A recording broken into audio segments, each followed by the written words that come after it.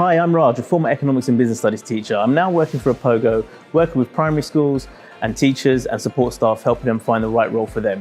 One of the main challenges we seem to find, and I found myself when I was a teacher, when I first started, was dealing with challenging behaviour. Now I've got a few tips that worked for me that I want to share with you. Dealing with this challenging behaviour and working in a classroom for the first time, one of the first things you need to do is make sure you're fully prepared by asking lots of questions.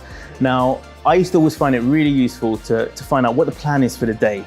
You know what the timings are, you know what tasks are going to be done, so you know where you should be and what you should be doing at all times. Also, find out what the behaviour policy is and the sanctions are for the school. Each school have different rules and different sanctions for the pupils. If you're fully armoured and prepared with those, you will find no problem when talking to the children and dealing with any challenging behaviour. One of the most important things to do is to find out who are the challenging pupils in the classroom. Are there any specific needs that you need to cater to? And are there any kind of tactics that the class teacher will give you that will help you throughout your day with that class? You need to be aware of your surroundings. Make sure you understand, you can see that if pupils are on task, if they're misbehaving, if they're starting to talk to each other, you're aware of that and you deal with it in a calm, firm, but productive manner. Take the initiative. If you see them messing around, if you see them off task, ask them, do you need help with that? Do you understand what you need to do? Can I help you with anything? Do it in a nice positive way that you're showing that you're there to help them and you're not actually just there to tell them off. That always makes them want to work for you and actually settle down in the classroom as well. If pupils continue to misbehave, I used to always find it worked by talking to them again and asking them more questions. Finding out, what is it you're struggling with? Do you understand what you need to do? Secondly, if they're still really not listening to you and they're maybe even starting to get a bit more aggressive with you, it's best to try and remind them of the school rules. Tell them, you're not just talking to them, these are the rules that everyone has to follow. What are the sanctions? Ask them, give them a choice.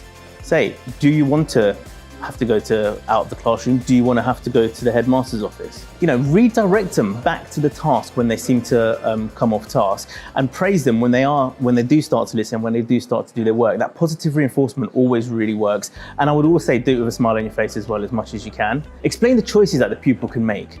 They know what the consequences are if they continue to misbehave or if they're starting to escalate their behaviour. Give them the choice. Let them know that they're still in control and that you're there to help them and not get them into trouble. One of my biggest tools I always found was the voice. Being calm, trying to stay cool in the mind. If the kids see that you have lost control, then you've lost the classroom. So always just try and kind of take a few deep breaths.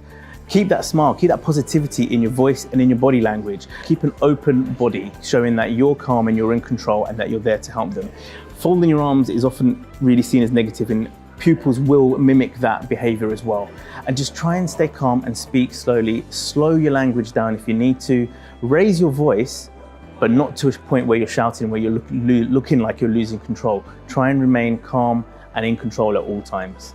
So always show willingness to help the class teacher. If you do that, you will be a more effective teaching assistant and you will definitely progress in your career and you will start enjoying being in that classroom. And that's the main thing I wanted to get across today, is doing all of these things will help you enjoy that experience, because when you're in that classroom with those students and you're working and things are working well and it's all positive, it's a fantastic place to be. So always go in there with a positive attitude and a smile on your face. Thank you for watching today, and I hope some of these tips have helped you and got you thinking that it's not such a scary place to be in the classroom. Now, if you do have any other questions or want to learn more about this, please feel free to join me on LinkedIn. So if you are looking for a career in education, please feel free to visit the Apogo website, download the Apogo app, or just give us a call and speak to one of the consultants who'll be really happy to help you and introduce you to the world of education.